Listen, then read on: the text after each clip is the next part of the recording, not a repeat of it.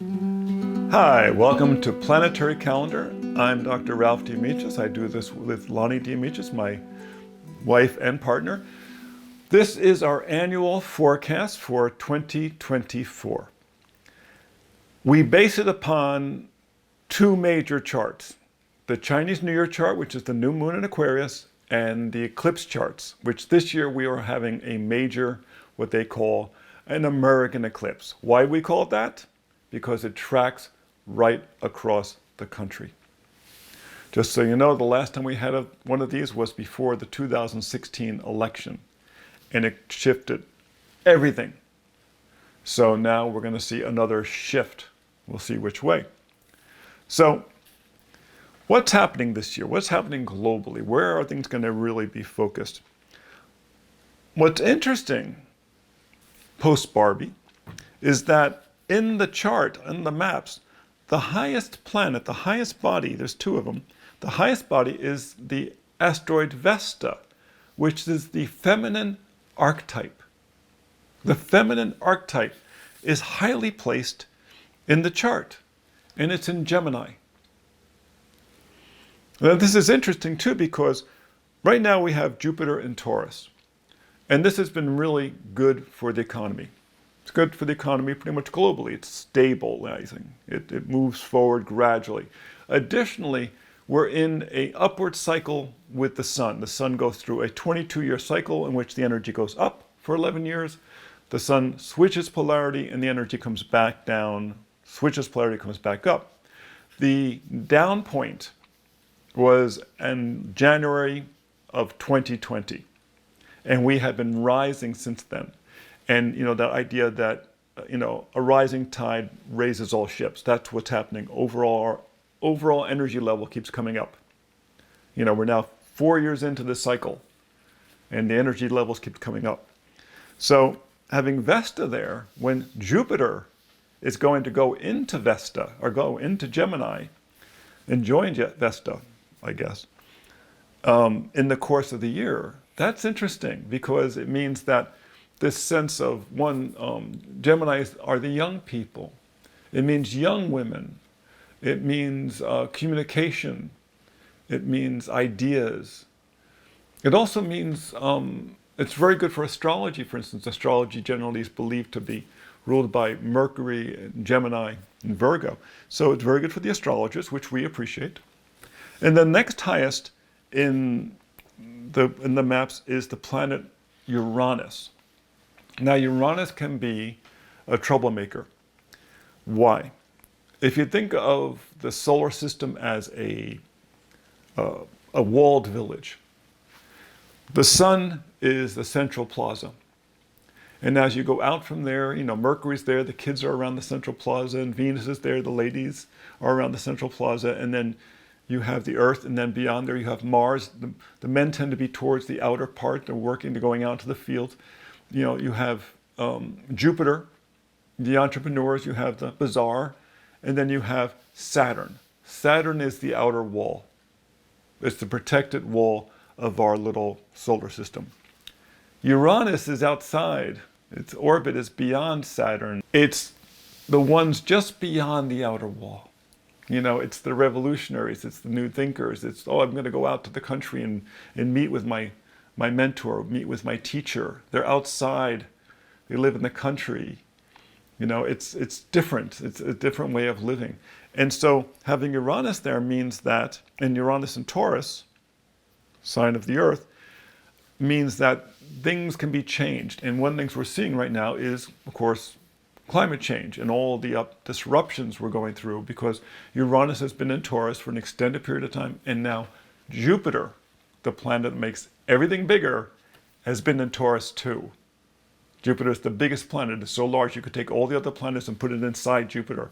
It's a big influence and has a huge complex of moons. So it has a big influence, and it makes everything bigger, including the energy of its neighbor in the sky, Uranus. This is why, especially since Jupiter has been in Taurus, along with Uranus, climate change has very much accelerated. People are very much noticing it. So Uranus is the next highest planet, followed by Jupiter. So climate change is going to be very, very evident worldwide to people. Now, where are we going to really notice it? These two are over the United States. Uranus runs right down the East Coast into the Caribbean and actually is sitting right over Puerto Rico. So expect a really difficult hurricane season.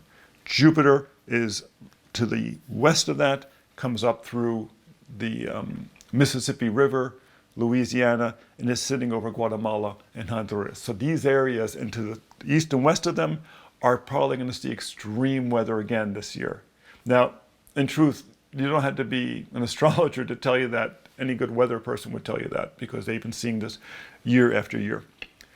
What's going on globally, which is interesting, is that lowest on the planet, the lowest ones are actually Pluto and Mars. Pluto, Mars, and Venus and Mercury are very low on the map, very low in the sky.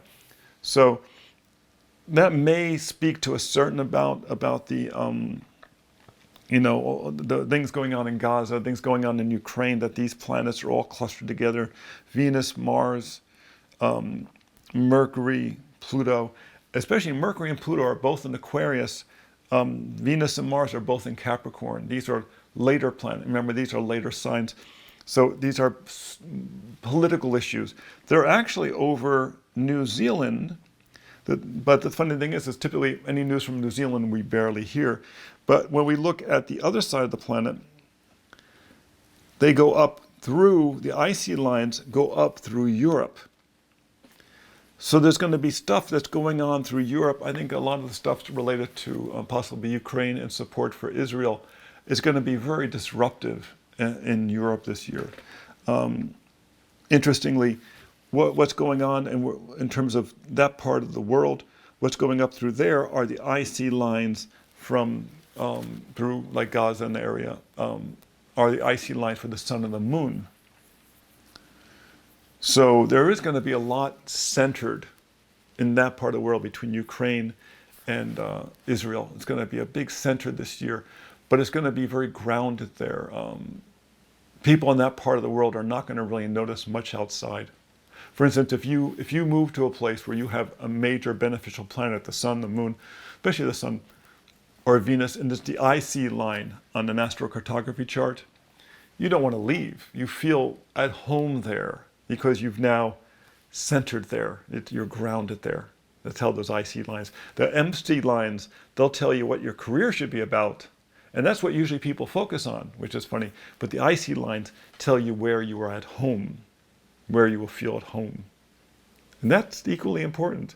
You know, it's funny, that tendency to look at the MC over the IC is a certain misogyny that takes place in astrology. Remember, so much of our astrology over the past 2,500 years, the language has all been designed by men astrologers. And so it focused on what men considered important, not on what women considered important. So the language we use today is very heavily masculine in its nature. And we're actually working on a project now which is called Booting Misogyny Out of Astrology, because it's not that this is unfair, which it is, but it's that it clouds our interpretations. It doesn't allow us to use all of our tools effectively.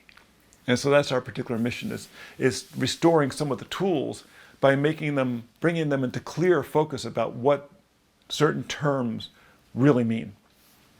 The planets to watch for this year, okay, the ones who are really going to have a lot of leverage this year, like I said, Uranus and Jupiter, but also Mars in Capricorn, Venus in Capricorn. Mars in Capricorn is a clearly defined role. It's a very ambitious role.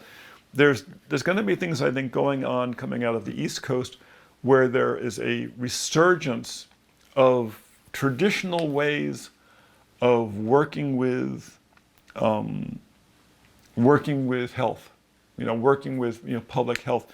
This Mars and Venus go back to the Saturn in Pisces, and Saturn in Pisces has a lot to do with the scrutiny that the pharmaceutical firms have been going through recently. For instance, they just recently dramatically dropped the price of insulin throughout the industry to very, very low. What people aren't saying is, why were they charging so much before? It's not like it's a new technology. We spend so much on research. Wait a second. Insulin came out in the 1920s. You pretty much know how you make it, right? I mean, it's, and it's God's kitchen. The original insulin was something that is produced in the body. Like, it wasn't a case of inventing it. It was a case of replicating it. So why have you been charging so much for so long? The reason they brought the price down now is that diabetes is so epidemic. And the reason diabetes is so epidemic is because they've allowed the food manufacturers to, which is supposedly, the FDA, I mean, the food, the government's supposedly monitoring this stuff. They've been pumping so much sugar and so many carbohydrates into the society that diabetes is a given. 150 years ago, people got 10 pounds of sugar a year. Most of that was in pastries. Now the average person gets about 110 pounds of sugar a year on top of, with carbohydrates. And for many people, carbohydrates and sugar are half of their diet. Saturn and Pisces, the constriction on the pharmaceuticals. It's also Saturn and Pisces. It is large organizations being compassionate and realizing this is such a big epidemic that we can't, if we don't supply people with these things, they're going to go into poverty trying to stop, not die from their diabetes. So this has been and that Venus and Mars in the 6th house in the Washington chart is part of that dynamic. The 6th house is about health. Capricorn, it's about responsibility. Mars in Capricorn is the colleague position. It's got leverage. Venus is there. What's fair? Capricorn is the wise woman position. What's fair in terms of how we provide pharmaceuticals or drugs for the society based upon how we've provided food for them. What the ancient healers would say, if people eat well, no medicine is needed. If people eat poorly, no medicine can help.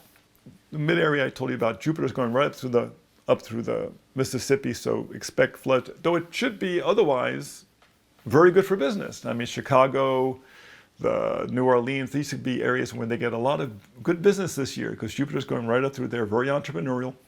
Probably sell a lot of grains, other products, good for the oil business. But when you go to the West Coast now, you've got Cancer rising. Now, what's interesting is Cancer rising. The United States is Cancer, after all. So in some ways, California, the West Coast, will be the quintessential America in many ways, which I think it is anyway. The midheaven is Aries, and Jupiter and Uranus are in the 11th house. 11th house is the house of income. Okay? So I think it's going to be financially a very, very good year for the West Coast. I think the West Coast is really going to thrive this year. Saturn's up in the ninth house, so I think that in terms of regulations and such, there's going to be, California tends to be very compassionate in how they treat their population. I think that's going to be a very strong program this year. And but that 8th house, it's interesting. The Sun, the Moon, Mercury, and Pluto in the 8th house. I think there's going to be a lot. I think there's going to be a lot of stuff going on where California is controlling situations. The 8th house is the house of the manager, managing collective resources. And I think California is going to do a lot about controlling collective resources, really using its leverage. People don't realize that in the recent years when the American economy has done very well, California has accounted for like 95% of that.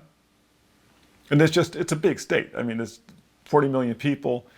There's huge amounts of agriculture. It has huge amounts of high tech. It has all the movies. I mean, what they make from the Marvel movies alone must be more than the GDP of many countries. I mean, it's a very, very business-oriented, very hardworking state with a lot of people and a lot of nice weather. So I think that I said in some ways it's going to be the quintessential United States because with the sun energy coming up, because we're in the sun cycle now, coming up starting in 20, for the next 11 years to 31, the energy coming up with Jupiter and Uranus together, very, very good for the economy, but like I said, disruptive. Now, in Washington, D.C., they're dealing with a different chart. With a 7th house chart, it means the courts. There's going to be a lot of stuff. Uranus is exciting. That's, overhead at the midheaven with Jupiter. But the sun, the moon, Mercury, which relates very strongly to attorneys, and Pluto are all in the 7th house. A lot of stuff related to the laws into the courts, which, once again, you don't need to be an astrologer to know that in this election year, which is so contentious and so polarized and so manipulated, of course, there's going to be a lot of stuff in the courts. I mean, it's practically daily. But what else is happening on the East Coast? It's not just about Washington, D.C. Once again, Jupiter and Uranus in the midheaven. It could be a very good business year on the East Coast. Could be very profitable, very good for banking. Once again, interest rates are starting to go back up again, which the banks always like, of course. Jupiter in Taurus is great for the banking world. It's Leo rising. It's interesting. 27 degrees Leo rising. It's within like 3 degrees of Regulus. So it's going to get a lot of attention. The East Coast is going to get a lot of attention this year, which is not surprising too also. Now, the other big chart that's going on and is significant is the October 2nd, 2024 Great American Eclipse. This eclipse is going to start off the coast of Washington state, come down through the west and land in the heart of Texas, and then go down through Central America, through South America, through Brazil, through Colombia, and go all the way to the eastern tip of Brazil and pop out into the ocean about Bahia, which produces so much wonderful Brazilian music. Whenever you get these eclipses, they are significant. Like I said, we're having a distinct change here. And in this eclipse, it's taking place at 10 degrees Libra. Now, this is significant because remember in the chart for Washington, D.C., that took place in the 7th house, the house of Libra, of the courts. So we get this theme happening again of the courts, the theme of justice. Also, remember I mentioned about Pallas Athena in the 5th house. Now, in Sacramento, this is where I'm looking at it, okay? Pallas Athena is conjunct the rising.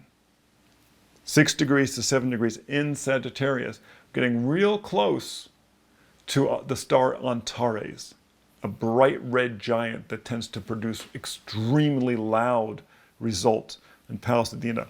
Venus in Scorpio in the 12th house, behind the scenes.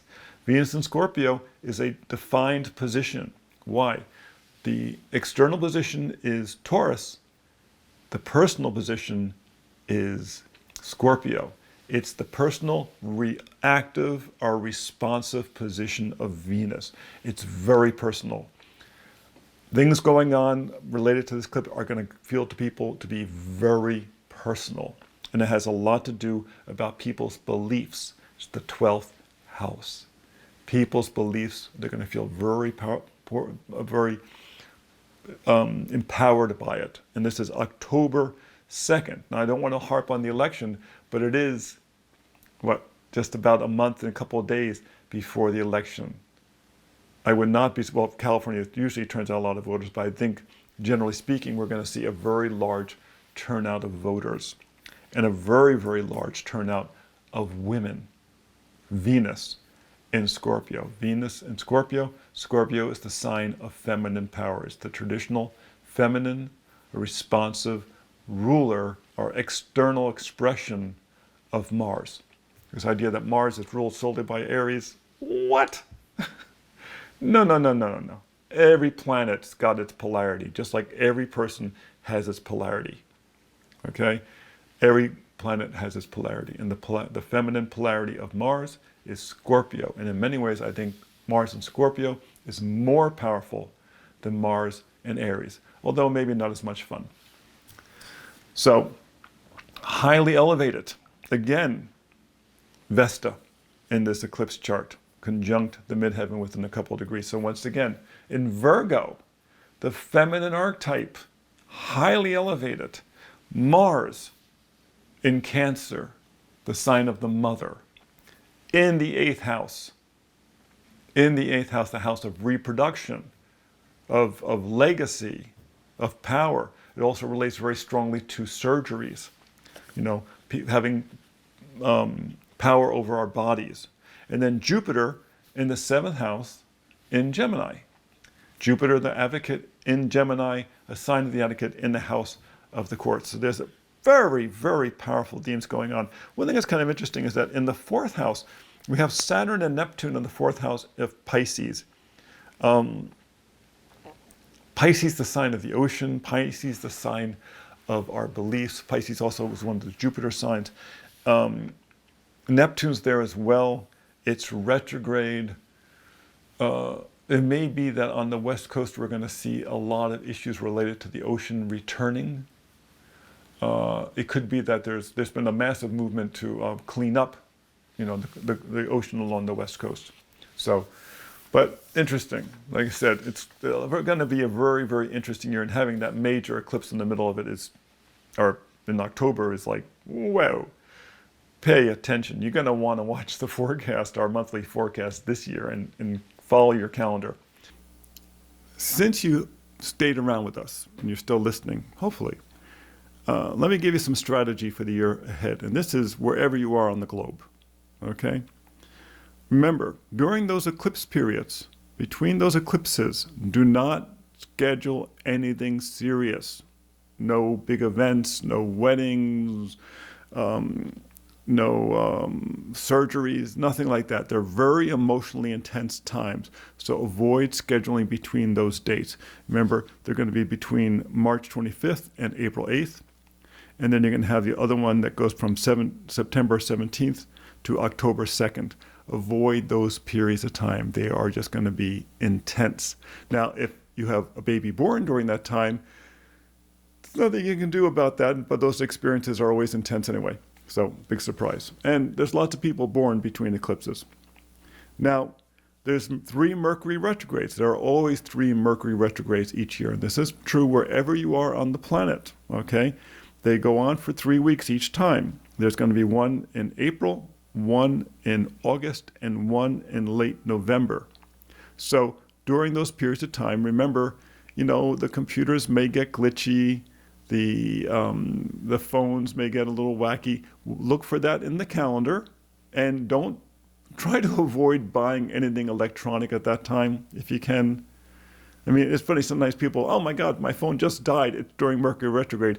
Big surprise. It died during Mercury retrograde, but I got to get a new one. Okay, well, guess what? Maybe next time start planning to buy your phone before it's ready to die. Just a thought. Okay.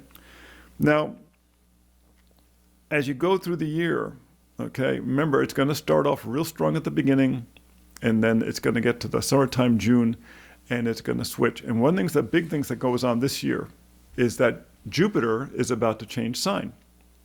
Now, when Jupiter goes any place, it's like, the 500-pound gorilla. Where does the 500-pound gorilla sit? Wherever he wants to. Jupiter's like that. Jupiter it has a lot of influence. Remember, it's not only the largest planet, but it has a huge collection of moons.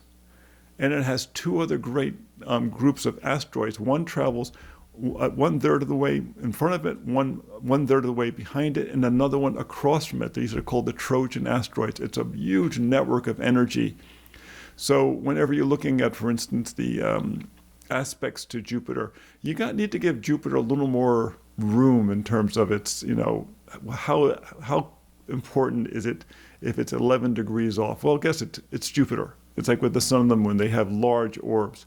So Jupiter's going to change sign. It's going to go from Taurus, right, which is practical, and people are doing solid work and a lot of time in the garden, and good for, it tends to be stable, and it's going to go into Gemini. And this is going to do in May. What's the date in May? It's going to go from Taurus into Gemini on the 25th of May. Okay? So at that time, energy is going to really switch over to become more entrepreneurial. If you have any big writing projects, for instance, and you've had difficulty moving forward with them, when Jupiter goes into Gemini, it really is a great time to kind of push that forward because, it's a very, very intellectual energy. Now, remember, Jupiter in Gemini is the sign opposite its most social sign. Jupiter in Gemini is a very personal sign. You know, Jupiter in Sagittarius is an external dynamic position. It loves being out there. Jupiter in Gemini has a lot more to do with kind of stretching ourselves intellectually. You know, our personal experience, communications among the people close to you. If you have family members spread all over the country, for instance, you have people you haven't reached out to a lot, start making a point during Jupiter and Gemini to reach out to them. You know, Zoom more often, text more often, sending gifts more often. You know, find ways to connect with people who are close to you. You'll get a lot out of that during that period of time. Now, the other thing that's happening is that Pluto, which moves, you know, ridiculously slow, is now going to be moving into Aquarius after its many, many, many, many, many years in Capricorn. So Pluto, as it went through Capricorn, you know, it bulldozed its way through a lot of the old archetypes, which includes, among other things, like the Catholic Church and our belief in politics and, you know, all these big structures that we have faith in. And now Jupiter has pretty much bulldozed its way through there, and now it's going to go through Aquarius. Now realize that at the time in 2020, on January 7th, or January 6th and 7th, that period of time, Pluto was right on the position where it was when the United States was formed on July 4th, 1776.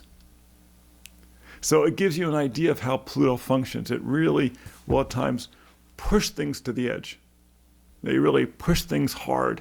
And now Pluto has moved on and is now at the beginning of Aquarius.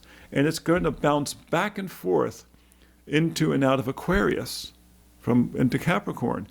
The last time this happened was in the early years of the beginning of the new nation of the United States. In those early years when they were working all their different things out, moving towards the Constitution, you know, they hadn't really developed the full Constitution yet. I mean, it was still very much an issue of states' rights. So we're in that very interesting time of reimagining ourselves as a country, reimagining what is possible.